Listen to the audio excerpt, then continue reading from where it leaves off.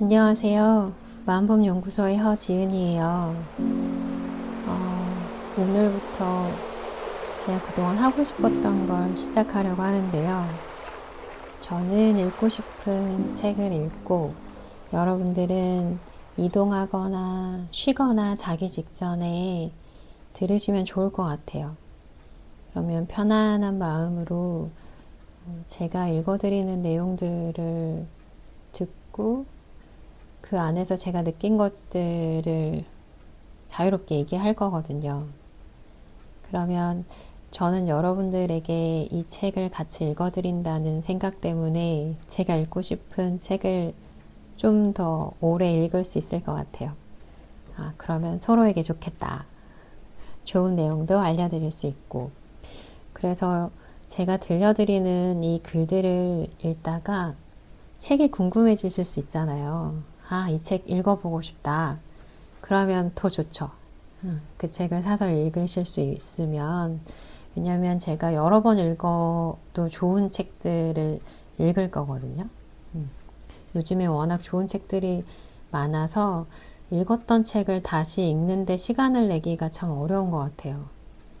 그래서 이번 기회에 저는 그런 시간들을 여러분 덕분에 가질 수 있을 것 같아요. 오늘 여러분들한테 읽어드리려고 하는 책은 크리스토퍼 거머 박사의 셀프 컴패션이에요. 나를 위한 기도라고도 하는데요.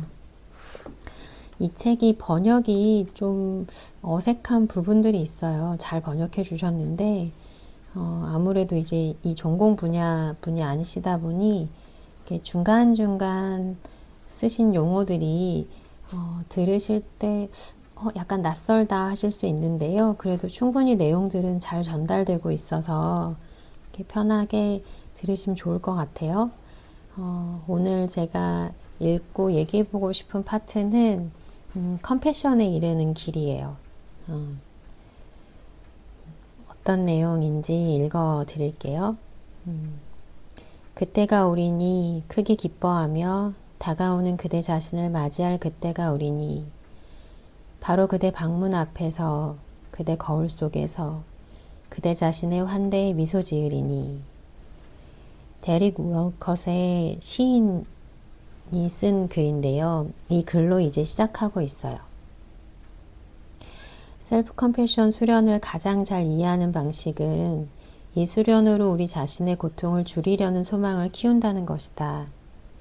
이런 기본적 바람으로부터 우리 자신을 보살피는 수없이 많은 실제적 방법이 생겨났다. 셀프 컴패션 수련을 지혜롭게 할 때 기분이 좋아지고 수련을 할수록 더 수련을 하고 싶어진다. 제가 이제 계속 말씀드리려고 하는 이 셀프 컴패션은 내가 나를 다정하고 친절하게 바라보는 태도예요. 내가 잘할 때뿐만 아니라 잘하지 못할 때에도 실패했다고 느낄 때에도 나를 비난하고 혹독하게 대하기보다는 객관적으로 상황을 인식하면서 내가 원하는 목표를 향해 지속적으로 해갈 수 있도록 끊임없이 다정하게 지지하고 격려할 수 있는 태도를 키우는 훈련이에요. 그래서 이 셀프 컴패션을 미국 학자죠. 크리스틴 네프랑 크리스토퍼 거머 박사가 이제 개념 정의를 하면서 프로그램을 만들었는데요.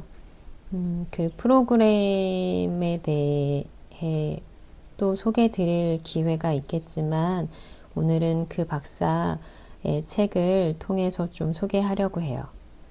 중간중간 이렇게 제가 좀 더 설명드리고 책의 내용도 읽어 드릴게요. 시간이 흘러 긍정적 순환이 이루어지면서 수련하려는 최초의 동기가 강화되고 심화된다. 우리로서는 그저 어디선가 시작만 하면 된다. 살아있다는 사실이야말로 여러분이 이미 스스로를 돌보고 있음을 말해준다. 하지만 기본적 자기 보존을 넘어서서 여러분은 스스로의 행복감을 높이기 위해 무엇을 하고 있나? 자신에게 득이 되지 않는 것을 하고 있지는 않은가? 우리는 고통에 저항하는 낡은 습관에 빠지지 않은 채 어떻게 우리를 행복하게 해주는 긍정적 감정을 기를 수 있을까?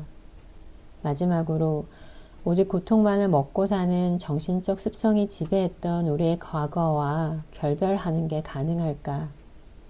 이 장에서 우리는 생활 속에 자기 연민을 도입하고 불필요한 고통의 소나기에서 벗어날 수 있게 하는 다양한 방법을 살펴볼 것이다. 셀프 컴패션에 이르는 5가지 경로를 이제 소개해 드릴 거예요. 우리 삶 속에 셀프 컴패션을 끌어들일 수 있는 5가지 주요한 방법이 있는데요. 첫 번째 육체, 두 번째 정신, 세 번째 정서, 네 번째 관계, 5번째 영적 방법이에요. 이들 각 영역에서는 선택 가능한 수많은 수련들이 있다. 다음은 여러분 자신의 생활 속에서 그런 수련법들을 어떻게 실행할 것인지에 관한 몇 가지 예비 방안들이다. 몸속으로 부드럽게 녹아들라. 자신의 몸을 어떻게 돌보겠는가? 스트레스를 받고 있을 때 몸을 어떻게 대하겠는가? 몸을 긴장시키지 않고 육체의 불편 속으로 부드럽게 녹아드는 것이 셀프 컴패션이 어린 대응이다. 이 컴패션은 부드럽고 다정하다. 만사가 힘들어질 때 부드러운 것이 활동을 개시한다. 우리의 근육은 세상에 맞서 단단한 방패를 만들므로써 잠재적 위험으로부터 신체를 보호한다. 그런데 불행히도 우리의 두뇌는 내부로부터 오는 위협과 외부로부터 오는 위협을 쉽사리 구별하지 못하기 때문에 설사 시험 성적을 놓고 걱정하더라도 근육이 옹이마냥 단단해질 수 있다. 시간이 지나면서 긴장한 근육 탓에 몸의 모든 기관이 불필요한 스트레스를 받을 수 있다. 만일 명상하는 도중이나 가만히 앉아있는 동안에 긴장을 느낀다면 복부를 부드럽게 하려고 애써라. 복부가 느슨하고 편안해지게 하라. 또 다른 신체 부위가 긴장되면 그 부위 역시 부드럽게 풀어줘라. 부드러워지게 하고 허용하고 사랑하라는 수련과도 같다. 그런데 부드러워지게 한다고 해서 긴장을 풀려고 애쓰는 것은 아니다. 긴장을 풀려다 스스로한테 부자연스러운 느낌을 압박하는 셈이 되기 때문이다. 그러니 그저 부드러워져라. 호흡의 경우도 똑같이 하는 거다. 긴장하면 호흡이 짧고 얕아질 것이다. 조금은 호흡이 부드러워지게 해보라. 아주 천천히 내쉬고 들이쉬면서 복부를 부풀리면 된다. 들이쉬는 길이의 2배로 내쉬는 거다. 호흡 훈련을 끝마쳤을 때 얕은 호흡으로 되돌아가지 않을까 걱정하지 않아도 된다.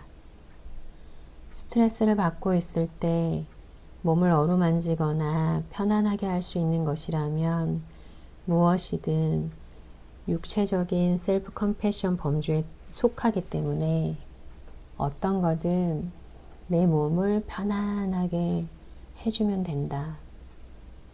낮잠을 자거나 영양가 있는 음식을 먹거나 운동을 하거나 따뜻한 물에 목욕하거나 섹스를 하거나 기분 좋게 햇볕을 쬐고 휴가를 떠나거나 개나 고양이를 어루만지거나 마사지를 받을 필요가 있을지도 모른다. 긴장된 부위를 부드럽게 할 수 있는 게 무엇일지 잠깐 생각할 여유를 가져보자. 여러분들은 어떻게 할 때 몸이 좀 이완되고 편안해지세요? 저는 되게 쉽게 자주 하는 방법이 아주 천천히 호흡하는 거예요. 천천히 숨을 들이마시고 내쉬면서 내 몸 상태가 어떠한가 관찰하듯이 살펴봐요.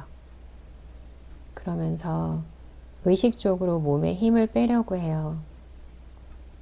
그러다 아픈 부위가 있으면 살포시 어루만져 주기도 하고 스트레칭을 간단하게 해주기도 하고 아니면 제가 좋아하는 나무나 하늘을 봐요.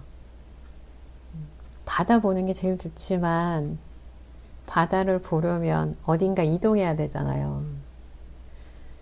근데 잠깐만 이렇게 창 밖을 보거나 길을 걸을 때 하늘을 보면 그 순간 너무 아름다워요. 그래서 그 순간 자연이 주는 아름다움에 멍하니 있어요. 길을 가다가도. 그래서 여러분들이 가다가 멍하니 길가에 멈춰서 나무나 하늘을 바라보고 있는 분이 보이시면 저일지도 몰라요.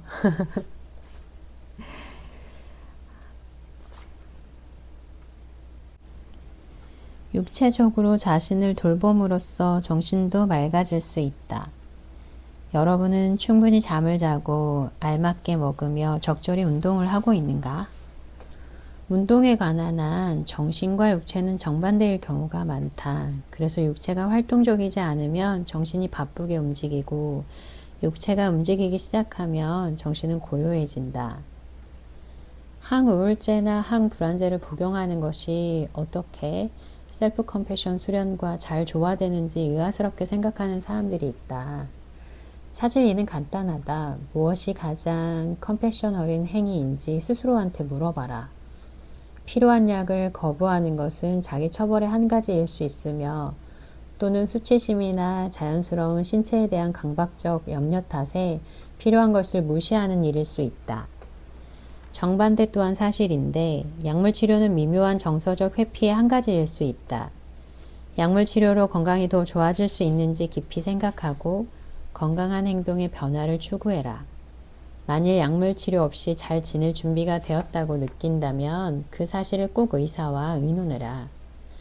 셀프 컴패션을 수련하는 가장 자연스러운 방식은 여러분이 이미 실행하고 있는 방식이다. 현재 우리가 스스로를 돌보는 방식을 인정함으로써 우리는 자신이 가진 힘에 기반을 둘 수 있으며 압박감을 느낄 때도 스스로 좋은 습관을 떠올릴 수 있다. 부디 여러분 내면에서 진실로 좋다고 느껴지는 진정한 돌봄의 견지에서 생각해라. 예를 들어 설사 더 많은 이들이 커피를 마신들 여러분은 아침에 커피보다 뜨거운 초콜릿 한 잔을 즐길 수도 있다. 무엇이 자신을 달래주고 편안하게 해주는지 정확히 파악하고 있다는 믿음을 스스로에게 주라. 마사지 받기를 좋아하는 사람이 있는가 하면 차라리 낮잠을 자는 사람도 있다. 여러분은 어떠한가? 자신이 심한 스트레스를 받거나 일이 진짜 안 풀릴 때 필요한 게 뭔지 특별히 주목해보자. 그러게요. 여러분은 어떻게 해줄 때 좀 편안하신가요? 오늘 그 생각을 좀 해보셔도 좋을 것 같아요. 여기 재밌는 실험이 있어요. 되게 간단한데 시사하는 바가 있어요. 어떤 거냐면 예일대에서 연구를 했는데 로렌스 윌리엄스와 존 바그는 따뜻한 손이 사람의 정서적 온기를 키운다는 사실을 발견했대요. 41명의 대학 학부생들을 연구자와 함께 엘리베이터에 타면서 뜨겁거나 차가운 커피가 든 잔을 잠시 잡고 있으라고 주문을 했어요. 나중에 연구실에서 학생들은 가상의 한 인물을 두고 10가지 서로 다른 성격으로 평가를 했는데요. 따뜻한 커피를 손에 잡았던 학생들이 차가운 커피를 잡았던 학생들보다 좀 더 따뜻한 평가를 내렸어요. 재밌죠? 단지 이렇게 따뜻한 커피잔을 좀 이렇게 쥐고 있었던 것 뿐인데 그 따뜻한 온기가 사람을 평가하는 시선을 좀 더 다정하게 만들었다는 거거든요. 두 번째 연구를 보면 실험 참가자들이 손에 쥔 뜨겁거나 차가운 치료용 패드의 효율성을 평가하라는 가짜 지시사항을 받았어요. 실험 참가자들은 연구에 참여한 대가로 스스로 사용하거나 친구에게 줄 만한 특별한 선물을 제공받았는데요. 차가운 패드를 쥐고 평가했던 학생들은 선물을 자기 것으로 할 가능성이 좀 더 높았던 데 반해 뜨거운 패드를 쥐고 있었던 학생들은 친구에게 선물로 줄 가능성이 좀 더 높았어요. 이것도 재밌죠. 육체적 온기는 정신적 온기와 밀접한 연관이 있다고 이 실험 두 가지 실험을 통해서 이제 시사하는 바가 있는데요. 어쩌면 이거는 어린 시절의 육체적 온기와 보살피기 간에 떠올렸던 연상작용 때문이 아닐까 하고 이제 저자는 얘기하고 있어요. 그래서 뜨거운 차를 한 잔 마시거나 따뜻한 물에 목욕할 때 우리는 정서적으로 더 따뜻해질 가능성이 높다고 보는 거죠.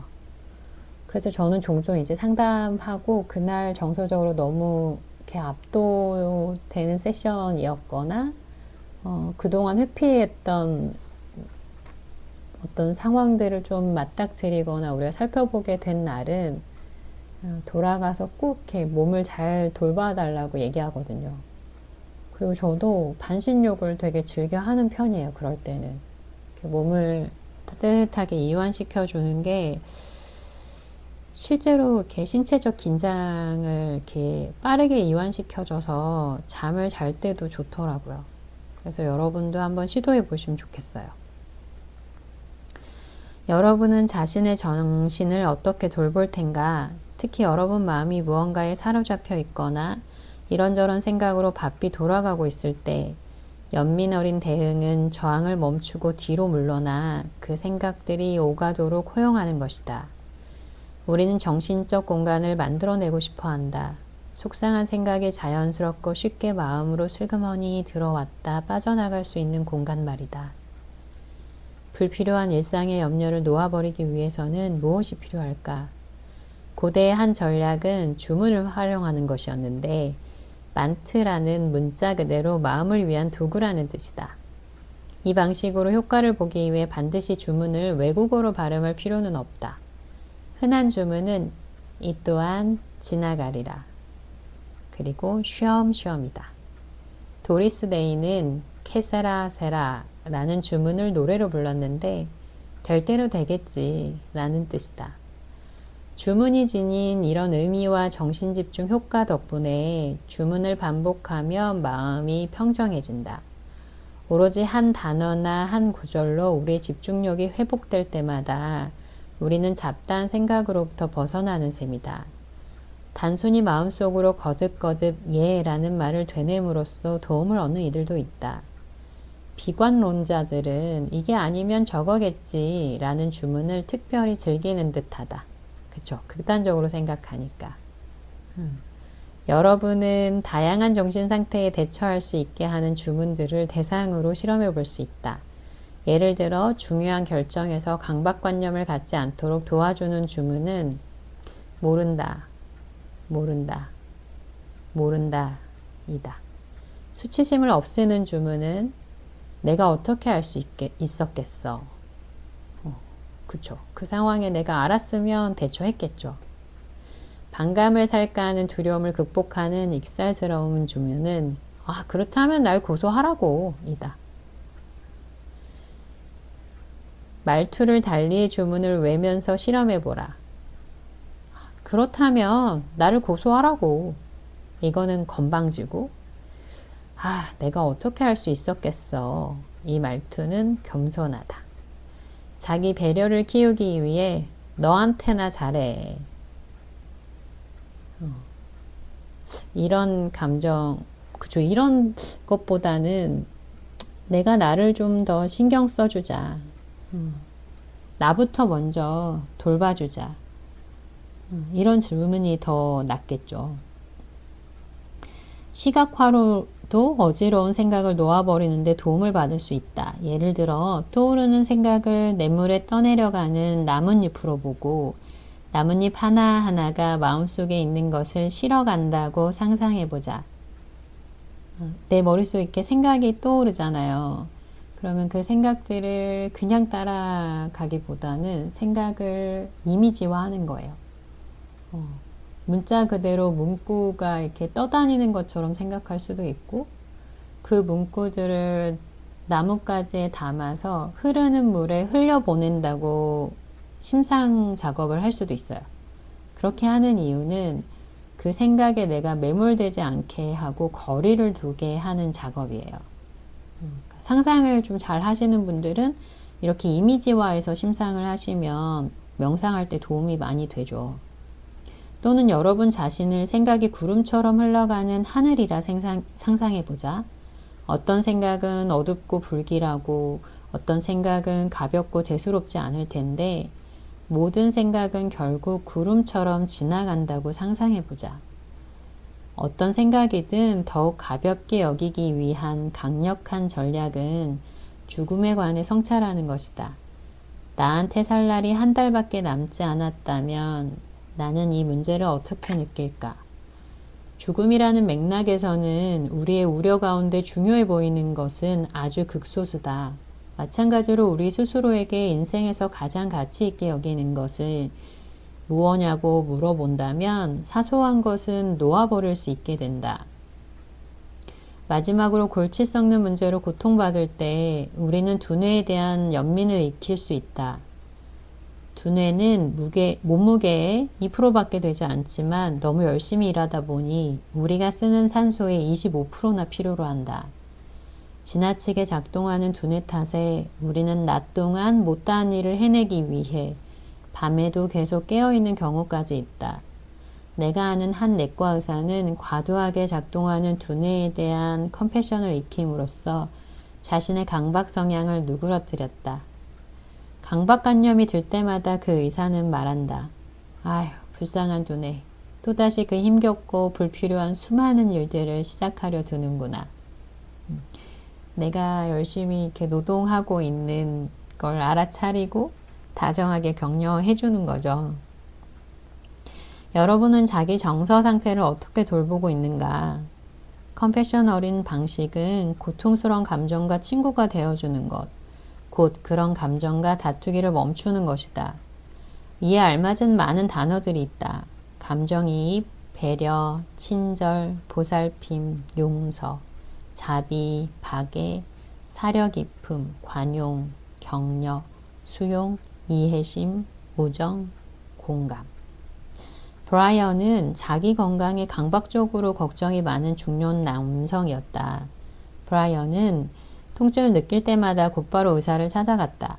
불안을 다스려 보려고 지역 명상센터에서 알아차린 명상을 배웠다. 나는 브라이언에게 셀프 컴패션 기법을 가르쳤다. 몇 달이 지난 지 그의 아내와 내가 생각하기에는 꾸준히 진전이 있었는데도 그는 내게 이렇게 선언했다. 제가 배웠던 것들이 하나도 도움이 안 돼요. 그래서 내가 그에게 물었다. 배운 게 어떻게 도움이 안 되죠?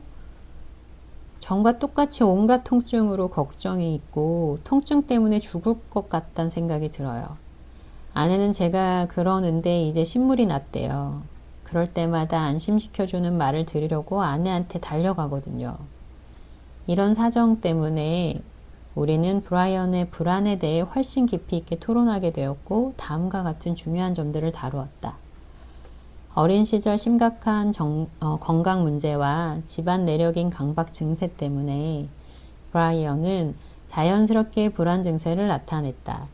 우리가 좋아하든 싫어하든 살다 보면 불안한 마음이 들기 마련이다. 그에게 특히 잘 나타나는 불안 유형은 강박감이다.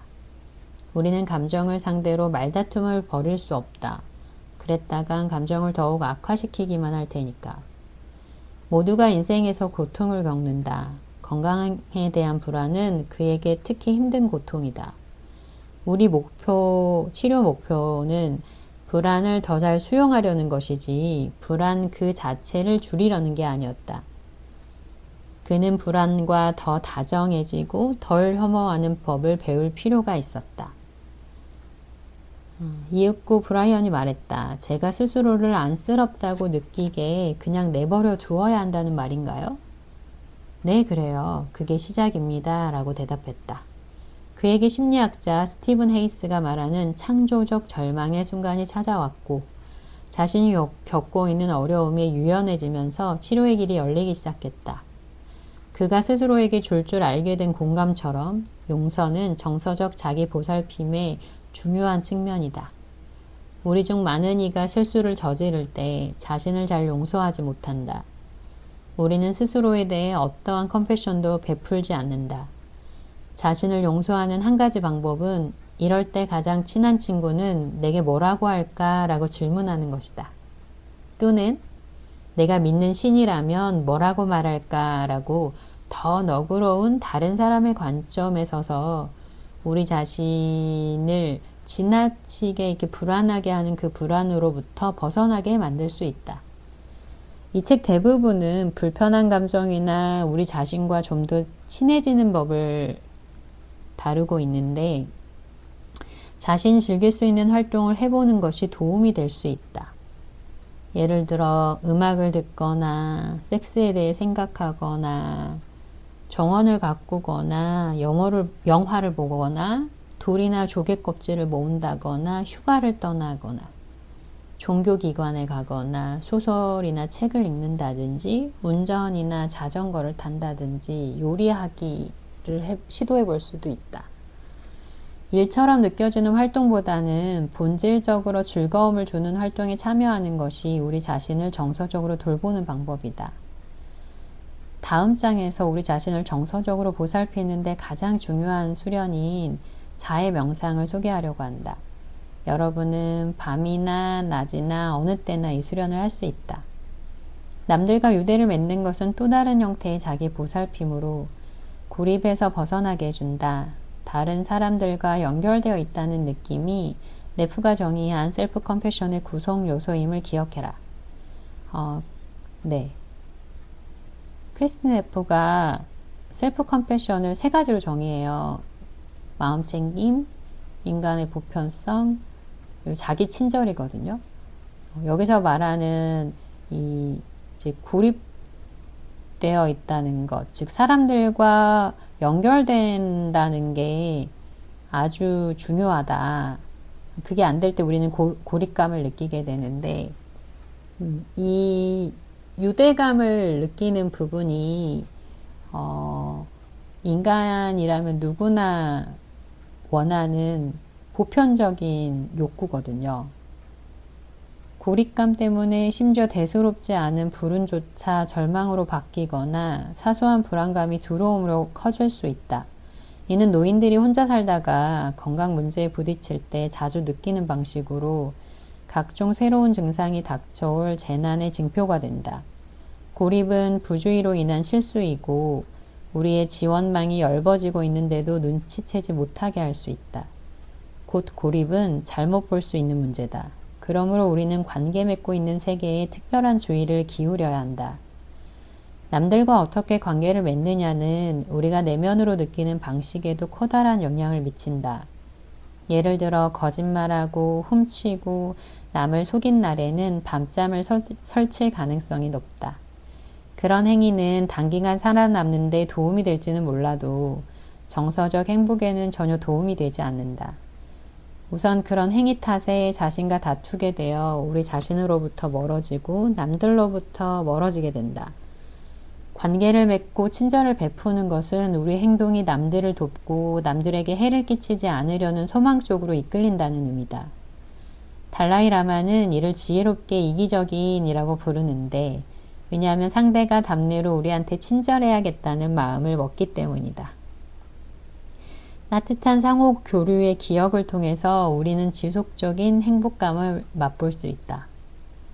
인도 뭄바이의 잘 사는 가정 출신인 산티라는 9살 난 여자아이 이야기가 떠오르는데 샨티는 생일날 아빠와 함께 해변을 따라 걷고 있었다. 그곳 해변에는 언제나 돈을 구걸하고 속임수를 쓰는 가난한 이들이 있었다. 샨티는 아빠한테 특별한 선물로 아이스크림을 사달라고 했다. 생일이었기 때문이다. 아빠가 승낙해줬고 두 사람이 아이스크림 가게 가판대 쪽으로 가고 있을 때 한 거지가 울부짖었다. 그러자 그녀는 아빠한테 거지에게 돈을 주자고 했고 아빠는 딸에게 선택권을 줬기 때문에 돈으로 아이스크림을 사거나 거지한테 주거나 그 자유롭게 선택할 수 있게 해줬다. 샨티는 잠시 생각하더니 이웃과 아빠에게 낯선 일을 도와주자고 했다. 그날 저녁 잠자리에 들 때 그녀는 다정하게 말했다. 있잖아요 아빠, 오늘 저 거지한테 돈을 준 일이 최고였어요. 어린 나이에 그녀는 남들에게 친절을 베푸는 오래가는 행복을 체험했던 것이다. 우리의 행위는 좋든 나쁘든 매우 다양한 방식으로 다른 사람에게 영향을 미친다. 예를 들어 우리의 생존은 동물이나 식물을 죽여서 먹는 데에 달려 있다. 내가 아는 캔자스 출신 정신과 의사는 도살장에서 일하는 이민자들을 치료했다. 이 의사는 자기 환자들이 일주일에 5일 동안 하루 종일 동물을 죽이면서 정신적 외상을 입는다고 말했다. 우리는 음식을 먹을 때 음식을 제공하는 사람들이 그 때문에 받게 되는 정서적 충격은 잘 생각하지 않는다. 하지만 우리는 생명순환의 한 고리를 이루기 때문에 가능한 고통을 줄이기 위해 애써야 하며 의도했든 무심코든 남들에게 얼마나 해를 끼치는가를 두고 우리 자신을 용서해야 한다. 이렇게 하는 것은 우리 자신을 위해서이다. 남에게 도움을 주려고 애쓰는 것은 하나의 습관이 될 수 있고 심지어 죽음의 순간에 행복을 가져다 주기까지 한다. 한 선사는 두려움 없이 죽는 법에 관해 다음과 같이 조언한 적이 있다. 마지막 숨을 쉬면서 내가 어떻게 다른 사람을 도울 수 있을까라는 질문을 던지라는 가르침이었다. 최후의 순간에 스스로에 대한 아무런 염려도 없는 상태를 상상해보라. 얼마나 평화로운 느낌이겠는가. 그쵸. 내가 죽을 때 어떻게 죽음을 맞이하고 싶은지, 그리고 남아있는 사람들이 나를 어떻게 기억되길 원하는지, 이것도 실은 프로그램 중에 하는 되게 유용한 작업 중에 하나예요. 가치 찾기 할 때. 그리고 저희 기관에서 만든 대화 카드에도 죽음에 대해서 가치를 찾기 위해서 하는 중요한 질문들이 몇 가지 있거든요. 그 질문을 가치 있는 사람들과 서로 주고받으면서 이렇게 생각을 확장해 가다 보면 나 혼자 가치를 찾을 때보다 훨씬 의미 있는 작업이 되기도 해요. 여기 이제 하나의 또 실험을 소개하고 있는데요. 캐나다 브리티시 컬럼비아 대학교 심리학자 엘리자베스 던과 동료들은 사이언스지에서 우리의 기본 욕구가 충족된다면 우리 자신한테보다 남들에게 돈을 쓸 때가 훨씬 우리를 행복하게 만든다고 보고했다. 그들은 이 가설을 세 가지 방식으로 탐구했다. 전국적 설문조사, 회사에서 특별 보너스를 받은 사람들에 대한 설문조사, 하루가 끝나갈 때 사람들에게 마음대로 쓰라고 돈을 주고 어떻게 느꼈는지 측정하기, 이렇게 세 가지였다. 전국 설문조사 연구에서는 632명의 미국인들한테 일반적 행복을 평가하고 수입이 얼마인지, 돈을 어디에 지출했는지 밝히도록 했다. 자선과 선물 등 남들에게 지출한 돈은 행복과 상호 관련되어 있었고, 청구서, 각종 비용, 자기한테 필요한 물건 등 그들 자신에게 지출한 돈은 행복과 관련이 없었다. 사람들이 돈을 얼마나 벌든 상관없이 그랬다. 다음으로 특별 보너스를 받은 사람들에 관한 연구에서 자기 보너스의 반 이상을 남에게 기부한 직원들은 6주에서 8주 뒤에 아주 커다란 행복감을 맛봤다. 사람들이 돈을 어떻게 쓰느냐가 보너스 X 자체보다 행복 예측에 더 강력한 변수였다. 끝으로 그날 오후 5시까지 자신이나 남들한테 쓰라고 $5나 $20가 사람들한테 주어졌을 때 작은 액수일망정 마음껏 쓸 수 있는 돈이 생겼다는 사실이 그 사람들의 행복감에 커다란 영향을 미쳤다. 그러니까 내가 뭔가 선택할 수 있다라는 거에서도 행복감을 느끼고 내가 뭔가 의미 있는 행동을 했다는 거에서도 행복감을 느끼고 있죠. 그게 이제 누군가는 돈을 쓰는 걸 수 있고 시간을 쓰는 걸 수 있고 어떤 노력을 하는 걸 수 있을 텐데요. 내가 이제 타인을 어떤 형태로 돌보거나 챙기는지 그들과 이렇게 연결되어 있고자 하는지를 알게 되면 이제 선택을 할 때 나에게 좀 더 맞는 선택들을 의미 있게 꾸준히 할 수 있게 되겠죠. 이제 영성에 대해서 살펴볼 건데요. 영성이라는 말로 우리는 보통 눈에 보이지 않는 우리네 삶의 측면, 예를 들어 신, 영혼, 가치 또는 성스러운 연결 등을 표현한다. 대부분의 사람들에게 영적 수련이란 이상적인 초월 존재에 대한 친밀감을 키우는 것과 관련된다.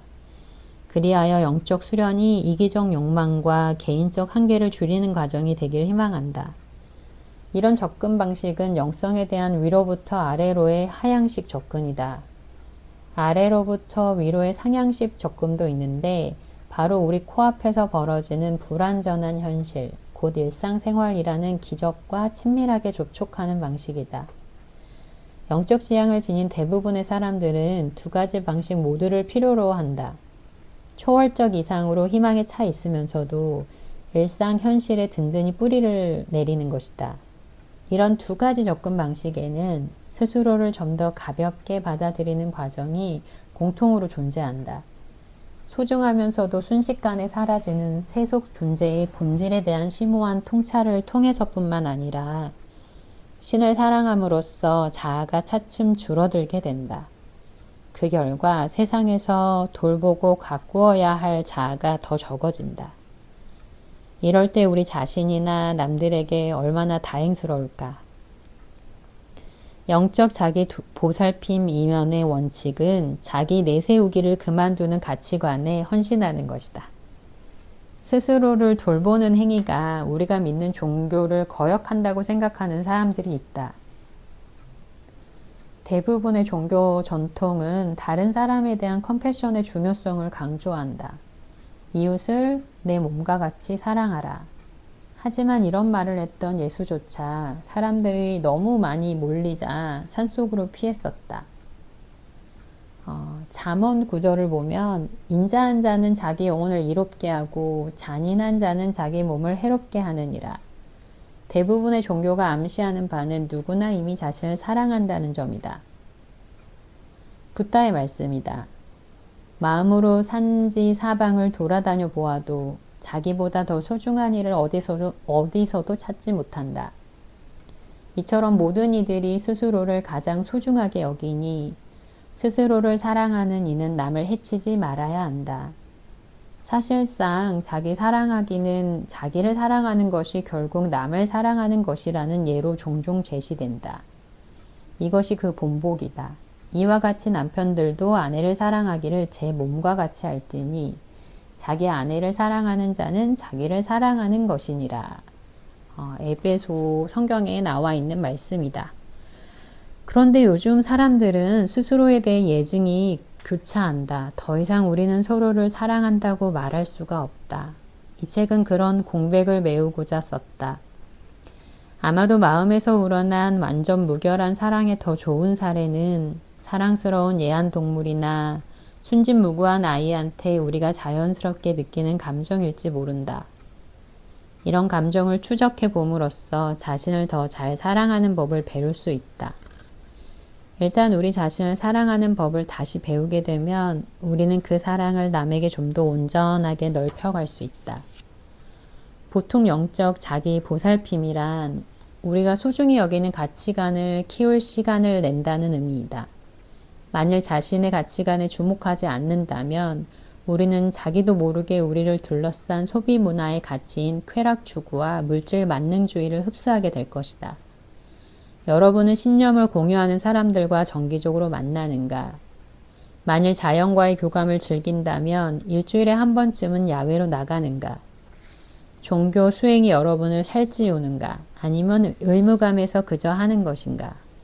좀 더 친절하고 편안하게 자신이나 남과 관계 맺는 법을 배우고 있는가?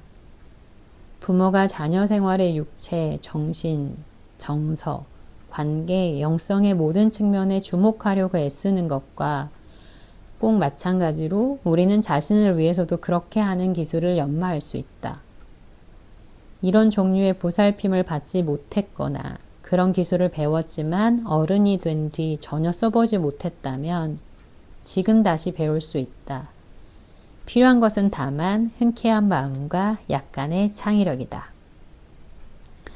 어떻게 또 이제 일상생활 속에서 내가 나를 좀 더 돌보고 이왕이면 긍정적인 정서를 더 길러가고 좀 더 지혜로워지고 내 안에 있는 상처들을 스스로 좀 돌봐 갈 것인지 얘기들을 또 이제 좀 같이 나눠 볼 거예요.